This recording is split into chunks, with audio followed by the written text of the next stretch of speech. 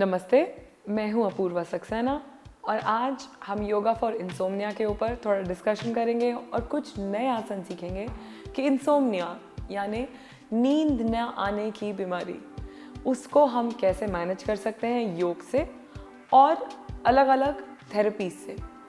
सबसे पहले शुरुआत करें हम कुछ योग के सरल आसनों से। तो आइए मिलते हैं भावना से। To begin with we will start with मर्जरी आसन। मर्जरी आसन के लिए अपने घुटनों पे आ जाएंगे और हाथों को सामने रखेंगे।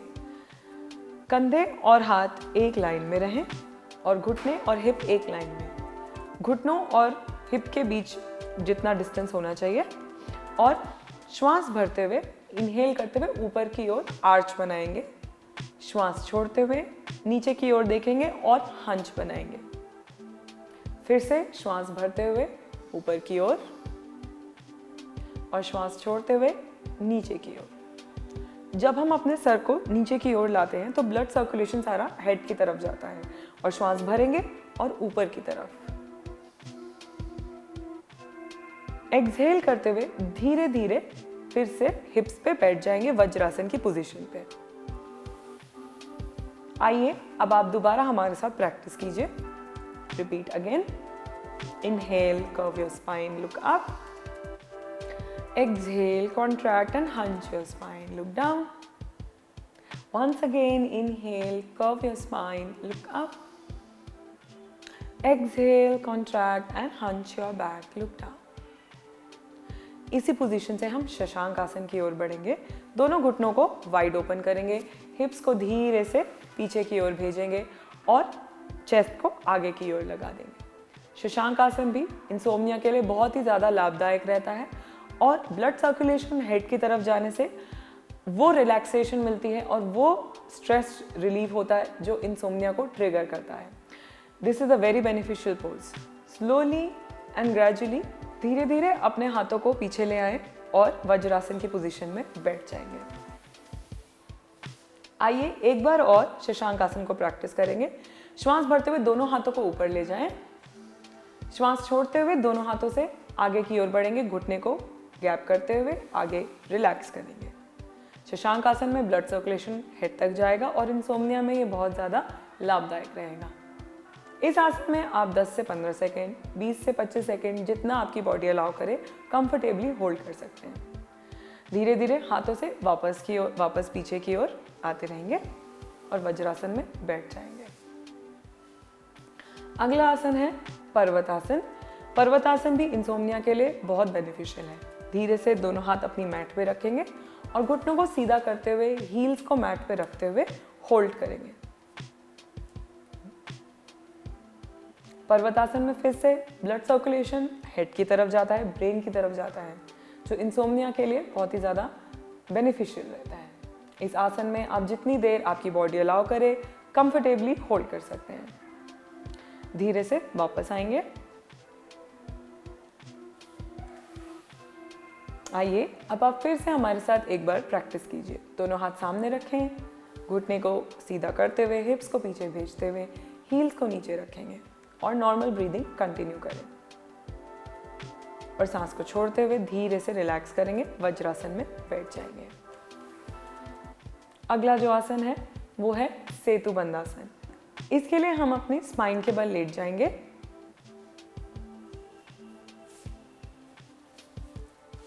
पैरों को फोल्डेड रखेंगे, हील्स को बहुत ज़्यादा क्लोज नहीं रखेंगे, हिप से डिसेंट डिस्टेंस पे। हाथों को मैट पे रखेंगे। धीरे धीरे श्वास भरते हुए टेलबोन को ऊपर, लोअर स्पाइन, थोरैसिक और एक आर्च बनाएंगे कमर की ओर। सेतुबंध आसन में होल्ड कर सकते हैं आप 30 सेकंड से 60 सेकंड तक, जितना आपकी बॉडी अलाउ करती है।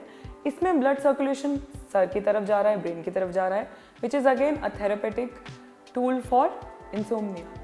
श्वास को भरेंगे और श्वास को छोड़ते हुए धीरे धीरे स्पाइन को मैट पर ले आएंगे। चलिए एक बार और प्रैक्टिस करेंगे। Inhale, lift your tailbone up, lumbar, thoracic and make an arch in your spine. Hold there. श्वास को छोड़ेंगे और धीरे धीरे कमर को वापस मैट पर ले आएंगे। अब धीरे से लेफ्ट करवट लेके उठेंगे और वज्रासन में बैठ जाएंगे।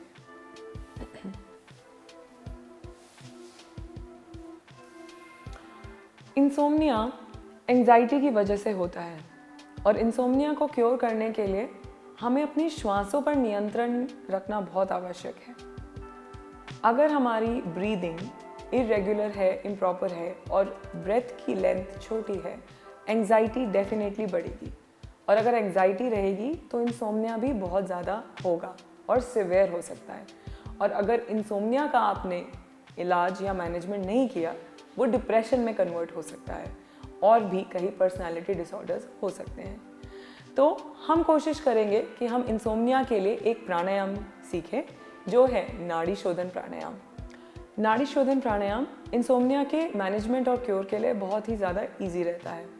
इसके लिए अपने राइट हैंड के रिंग फिंगर को लेफ्ट नॉस्ट्रल पे प्रेस करेंगे, राइट नॉस्ट्रल से इनहेल करेंगे, राइट नॉस्ट्रल को प्रेस करें और लेफ्ट से एक्सहेल करेंगे, फिर से लेफ्ट से इनहेल करेंगे,